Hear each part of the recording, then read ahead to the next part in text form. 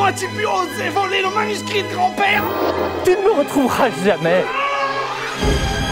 Ma vengeance sera terrible!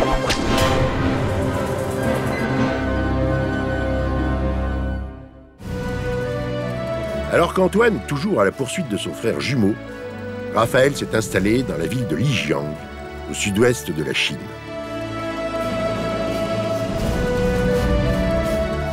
Lijiang est peuplé de Naxi, minorité chaleureuse et attachante qui a su accueillir Raphaël comme un frère. Dans sa nouvelle famille, Raphaël oublie parfois que son frère est à ses trousses.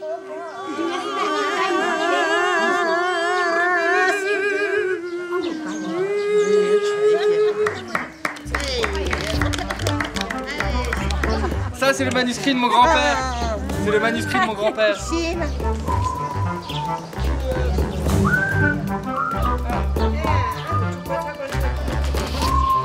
À leur côté, Raphaël redevient celui qu'il était avant le monastère.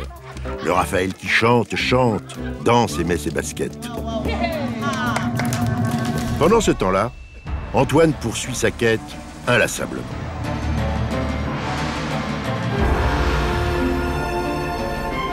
Il parcourt des centaines de kilomètres à travers la campagne de l'Empire du Milieu, avec comme unique but, retrouver son frère et le manuscrit de grand-père.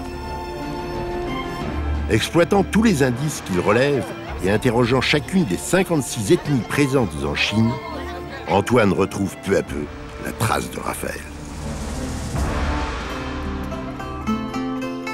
Inconscient du danger qui le guette, Raphaël se rend comme tous les jours auprès de son maître pour y apprendre la calligraphie. En faisant danser son pinceau comme le nuage dans le ciel, Raphaël reproduit quelques-uns des 40 000 caractères de la langue chinoise et exprime ainsi ses talents artistiques.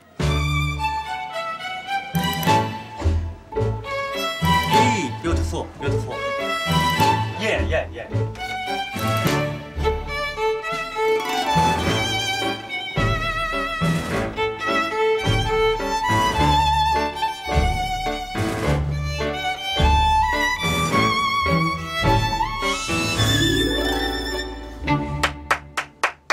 Chéchéni. Oh, vous êtes plus qu'un ami, vous êtes mon professeur, mon maître. Chéchéni.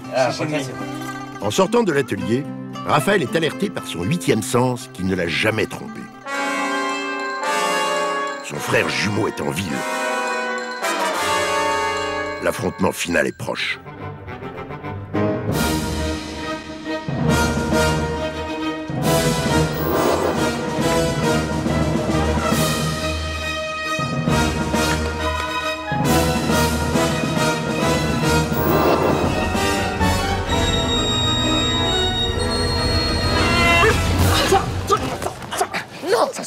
Donne-moi!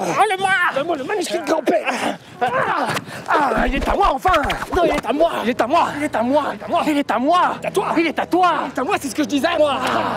À moi, enfin, les mystères du manuscrit de grand-père! Non, c'est un blasphème, ça fait des années que nous n'avons pas le droit de lire le manuscrit de grand-père, comment tu peux faire ça maintenant? Écoute, tu as grandi, non? Tu as le droit de lire ce que disait grand-père dans son manuscrit depuis des années! Alors écoute, Raphaël, je prends ma flûte, je prends le manuscrit de grand-père et je vais le lire près d'un arbre. Si tu veux me rejoindre, rejoins-moi. Si tu me rejoins pas, rejoins-moi pas. Mais si tu me rejoins, rejoins-moi. Et si tu veux pas me rejoindre, rejoins-moi pas.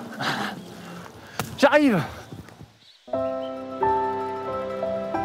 Mes chers jumeaux, si vous lisez ces lignes, c'est que vous n'avez pu résister à l'envie de vous emparer de mon manuscrit. Tel était votre destin. Que cette épreuve vous serve de leçon et vous réunisse à jamais. Je vous aime, grand papichou. Dans ces moments d'émotion, j'ai toujours envie de faire un peu de flûte, tu m'en veux pas, j'espère? Non.